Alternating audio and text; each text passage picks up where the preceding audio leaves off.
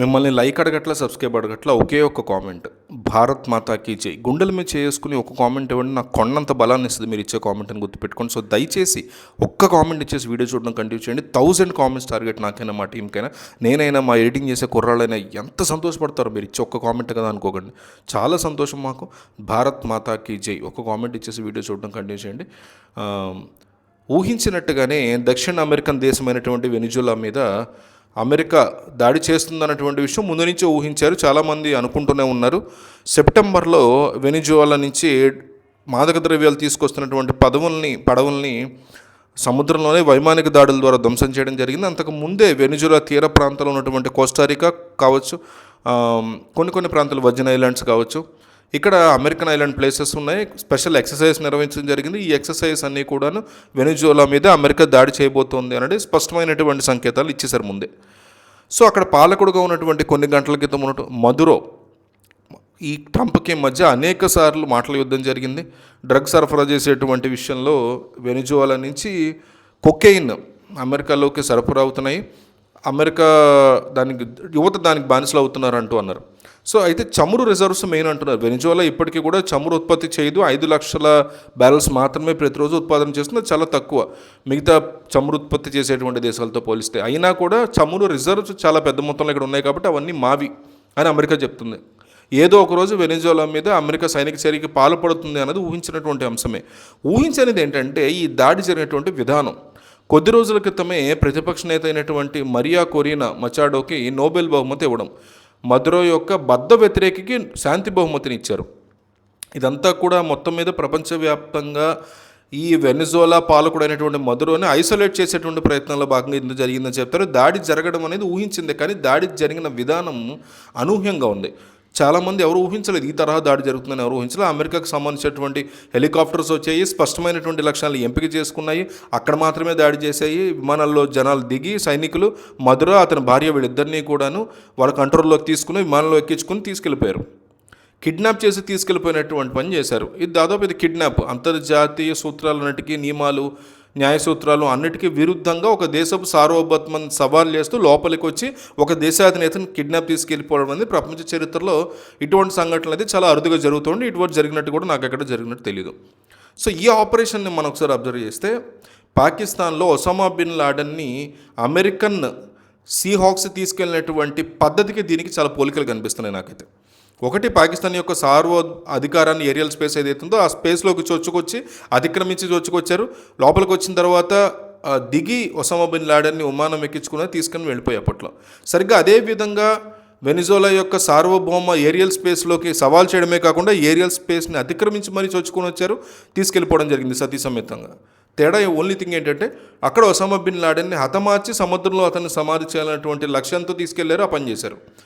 ఇక్కడ ఆ రకమైనటువంటి పని లేకుండా అతని భార్యని తీసుకొచ్చి న్యూయార్క్ కోర్టులో హాజరుపరిచారు. ఈ రెండింటిలో ఒక కామనాలిటీ ఉంది. అదేంటంటే పాకిస్తాన్ ఎయిర్ స్పేస్ని దాటి అమెరికన్ విమానాలు వస్తుంటే పాకిస్తాన్లో సైరన్లు మోగలేదు, రేడార్లు పలకలేదు. ఎయిర్ ఫోర్స్ గొప్ప ఎయిర్ ఫోర్స్ అని చెప్పుకునే వాళ్ళు ఏమీ స్పందించలేదు. వచ్చి తీసుకుని వెళ్ళేదాకా అక్కడి నుంచి దగ్గరే ఉన్నటువంటి Rawalpindi, Ahmedabad army cantonment area ఏది ఉందో దాంట్లో అసలు కనీసం చేమో చెట్టుకుమనేది మొత్తం అంతా అయిపోయిన తర్వాత మా దేశంలోకి ఎలా వచ్చారో మాకు తెలియదు అనేటువంటి ఫేస్ చేసి కూర్చునే అప్పట్లో ఒక సాకు చెప్పి పాకిస్తాన్ ఆర్మీ అప్పట్లో సైలెంట్గా ఉంది.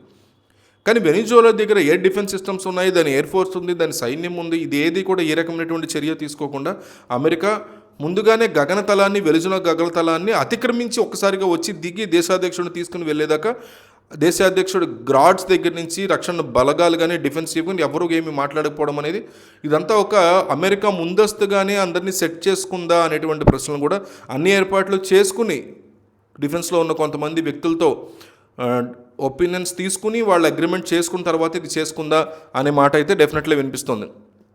సో వెనిజులన్ ఆర్మీ ఇక్కడ సైలెంట్గా ఉంది, పాకిస్తాన్ అక్కడ సైలెంట్గా ఉంటాయి. దేశాధినేతనే తీసుకెళ్ళిపోవడం అనేది చాలా బిగ్గెస్ట్ థింగ్. అమెరికాకి చాలా దగ్గర వెనిజులా, బట్ స్టిల్ తీసుకెళ్ళడం అనేది ఖచ్చితంగా చాలా బిగ్గెస్ట్ థింగ్ అని చెప్పుకోవచ్చు. పర్వతాలు ఉంటే మధ్యలో లోయ ఉంటుంది, ఆ లోయలో దిగి విమానాలు వెళ్ళడం తీసుకురావడం ఇవన్నీ చేస్తుంటే ఆర్మీ ఏం చేస్తున్నాడు వెనిజులా ఆర్మీ? సో ఈ ప్రశ్న చాలా రోజుల పాటు మనం వెతకాల్సి ఉంటుంది, కొన్ని రోజుల్లో దీనికి సంబంధించిన ఆన్సర్స్. మొత్తం మీద ఆపరేషన్ అయితే జరిగిపోయింది. అమెరికా చేసింది అన్ని రకాల అంతర్జాతీయ నియమాల్ని కంప్లీట్గా ఉల్లంఘించి చర్యలు చేపట్టింది. ఏ రకంగా చూసినా కూడా ఇది నియమాలకి పూర్తి విరుద్ధమైనటువంటి చర్య. అయితే ఇక్కడ 2-3 విషయాలు మనం గమనించాల్సి ఉంటుంది. చైనా కూడా 4-5 గంటల వరకు స్పందించలేదు. దీని మీద చైనా ఈ రకమైనటువంటి చర్యలు చేపట్టకూడదని చెప్పి వ్యాఖ్యత చేసింది, కానీ తైవాన్ మీద చైనా దాడి చేసేటువంటి సాహసాన్ని చేయలేదు. నిజానికి అమెరికాకి జవాబు చెప్పాలంటే చైనా వెంటనే తైవాన్ మీద దాడి చేసి, నువ్వు వెనిజులా మీద దాడి చేస్తే నేను తైవాన్ మీద దాడి చేస్తున్నాను, నా దేశంలో భూభాగాన్ని నేను కలుపుకుంటున్నాను కూడా చెప్పొచ్చు. కానీ చైనా ఆ రకమైనటువంటి సాహసం చేస్తున్నట్టుగా కనిపించట్లేదు, ఆ సూచనలు కూడా లేవు. దీని అర్థం ఏంటంటే ప్రపంచంలో కర్ర ఉన్నవాడిదే బర్రె అనేటువంటి సామెత నిజం అవుతున్నట్టు కనిపిస్తుంది. చైనా కూడా ఒక స్టేట్మెంట్తో ఊరుకుంది ప్రస్తుతానికి. యూరోపియన్ యూనియన్ కానీ ఎవరు కూడా సమర్థించలేదు, కానీ మౌనాన్ని పాటిస్తున్నారు. అయితే అమెరికాకి సంబంధించి డొనాల్డ్ ట్రంప్ ఇప్పుడే ఈ చర్యలు చేపట్టడానికి ముఖ్యమైనటువంటి కారణం ఏంటంటే, మనకున్నటువంటి ఇన్ఫర్మేషన్, ఒసామా బిన్ లాడెన్ చంపాలన్నటువంటి నిర్ణయం తీసుకునే టైంకి అప్పటి దేశాధ్యక్షుడు అయినటువంటి బరాక్ ఒబామాకి మళ్ళీ ఎన్నికల్లో పోటీ చేయాలి. ఆయన పాపులారిటీ గ్రాఫ్ పడిపోయింది. పాపులారిటీని పెంచుకోవడం కోసం ఒసామా బిన్ లాడెన్ మీద యాక్షన్ నిర్వహించడం జరిగింది. ఆయన కలిసి వచ్చింది, రెండోసారి దేశాధ్యక్షుడు కావడానికి వీలు కలిగింది.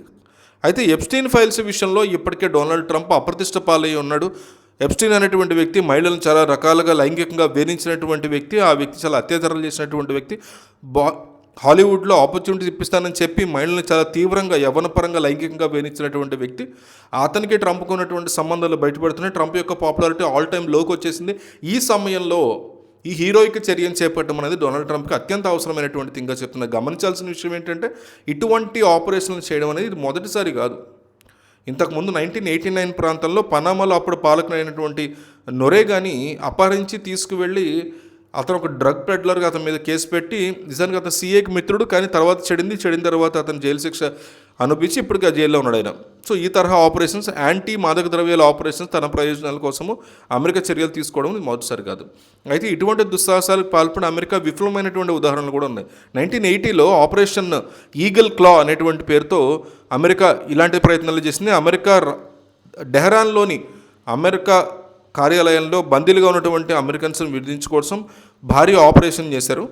ఆ ఆపరేషన్ ఘోరంగా విఫలమైంది. విమానాలు పనిచేయలేదు, విమానాలు పనిచేయని కారణంగా ఆపరేషన్ ఫెయిల్ అయింది, ఆగిపోయింది. 57 మందితో పాటు అమెరికన్ సైనికులు కూడా చనిపోయారు. అమెరికా ఏమీ చేయలేకపోయింది ఈ విషయంలో ఆ టైంలో. సో పక్కలో బలంలో ఉన్నటువంటి చిన్న దేశం అయినటువంటి క్యూబాలో కూడా ఇలాంటి అమెరికా ఇప్పటివరకు నిర్వహించలేకపోయింది. ఇలాంటి ఆపరేషన్ అక్కడ చేయడానికి సాహసం కూడా చేయలేకపోయింది అమెరికా. ఎందుకు చేయలేకపోయింది అంటే, ఇరాన్లో ఫెయిల్ అయింది అనేటువంటి విధంగా క్యూబాలో కూడా 2 సార్లు ప్రయత్నం చేసి విఫలమైంది.